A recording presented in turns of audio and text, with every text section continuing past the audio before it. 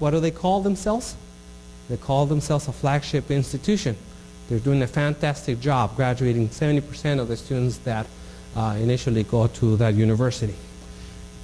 And if we graduate 3 out of 10 students, we call ourselves, or they call us actually, south of I-10.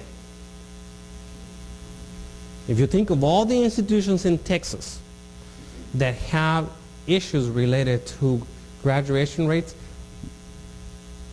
all of these institutions are south of I-10. And I'm including UT San Antonio in that, okay?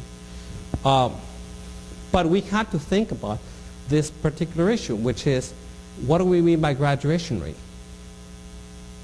That's a very shady term to begin with, because graduation rates here in Texas means that the student comes knocking on the door fresh out of high school in the fall semester. It draws in that fall semester a minimum of 12 credit hours and stays 12 hours in that particular semester. Okay? If the student comes in the spring semester, that student doesn't get counted. Okay? If the student comes in part-time or takes some courses at the community college or at the university, that student doesn't get counted. We're talking about our Latinos and Latinas. These are our students.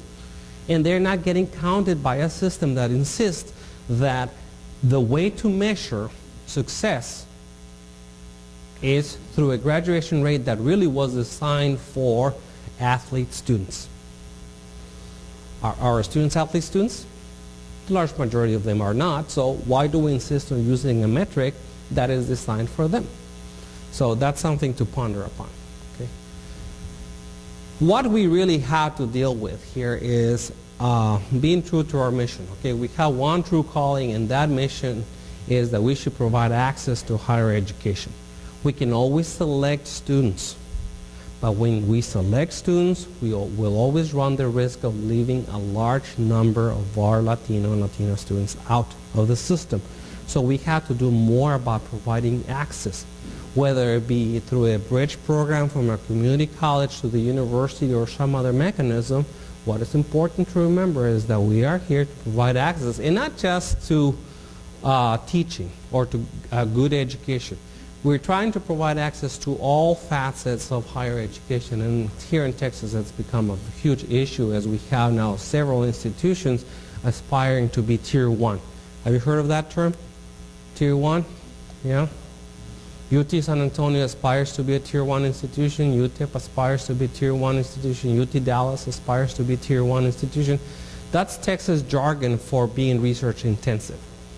Okay, we aspire to be national research institutions, and there's a lot of pressure in that area, but the problem is that we still have the same type of students that we have been working with for the last 20 years. We're dealing with a majority of students who are first generation college bound, they're economically disadvantaged, and they are academically underprepared. We talk about that all the time. But we got to do something about it, right? If we don't do it, who will? So that's an ethics problem. And we really need to do a much better effort at embracing our mission. How much? 5 minutes? Thank you. What we are really doing here, you know, it's helping our students to achieve their American dream. Whatever that may be to them, we are assisting in that process. And it is as American as it gets, you know. I tell my students that when they come to class, they have more than one opportunity to pass the course. Why? Because this is America. This is the land of opportunities. I'm not going to punish you if you do poorly on the first exam, because I know by design that you're going to be doing poorly on the first exam. I'm going to raise the bar, and I'm going to tell you this is where I want you to be. But I need to make them aware that that's where they need to be, or what they need to shoot for. Okay? So here's Pelé.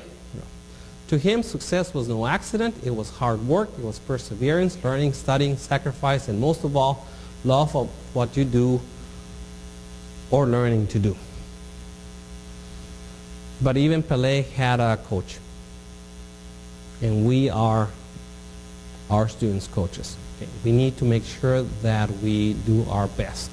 We are their models of identity. So they look at us and they aspire to be like us. So if we act aloof and distant, they'll think that that's okay, and that is not okay. We need to change that. Okay. Big issue. Who's coaching our students? Okay. There's a guy. Is this the laser? Does it work? I don't know. Can you find me in that picture? Okay. I'm right there. Okay. This is a professor from Texas A&M Corpus Christi, right? Susette Chopin. Okay. That was the only other Texan in the group. Okay. This gentleman here is a Native American from South Dakota, Stacy Phelps. Okay. Now, you see other faces there? Do you see any other Latino? Can you tell Latino apart? You can't tell Latino, right? But I was the only one. And there's no reason why I should have been the only Latino in that particular group, because I know that there's quite a few of us out there that are doing an outstanding job. It's just an issue of documenting the work that we have done. So deans, provosts need to work hard at identifying these people and nominating them, because that's exactly what my president did. She nominated me. She said, "You've done a fantastic job. I'm going to nominate you." And I said, "Yes, ma'am, let's do it." Okay. But there's very few of us doing that job. These are the statistics for Texas. This is the UT system output of underrepresented minorities, PhDs in the last few years. Okay, we reached rock bottom in 04-05. Only 9 underrepresented minorities earned PhDs in the STEM disciplines in the UT system. That is not acceptable. Okay. That got better in 07-08, and now we're up to 33, and that's more or less where we are right now. But that's just not enough. There's very few of us. Muy pocos. Muy pocos. Okay? So maybe this is a question for Sarita. Sarita, you were asking. Maybe we could establish an all-inclusive Academy of Latino STEM mentors. Okay? I'll bet my tie that we can get money from NSF to do that. Okay? It's a Diego Rivera. It's a very expensive tie. Okay. There are things that we can do, because it really depends on the coaches. If we want to see more Pelés out there, we need to have good coaches. If we don't have good coaches, then we're not going to see the results that we anticipate. Time? 1 minute. Okay. I'm elated Dr. Rendon is here with us, because I've been wanting to meet her for years. Okay, and I'll get my chance. Okay, you know, we take at UTE very seriously what she has talked over the years. You know, we listened to Vincent Tinto for years. We love the guy, but he doesn't have the whole picture. And he's a very good friend of mine, and I can tell him to his face, you know, you don't have the whole picture, because you have to look at what really makes our students stay in school. And for us, it's all about validation. Okay? It's that idea of identidad. Don't clean the slate. Don't think that what they bring to the table is not good or valid, but rather validate that. Build from that. Let them know that where they come from means something.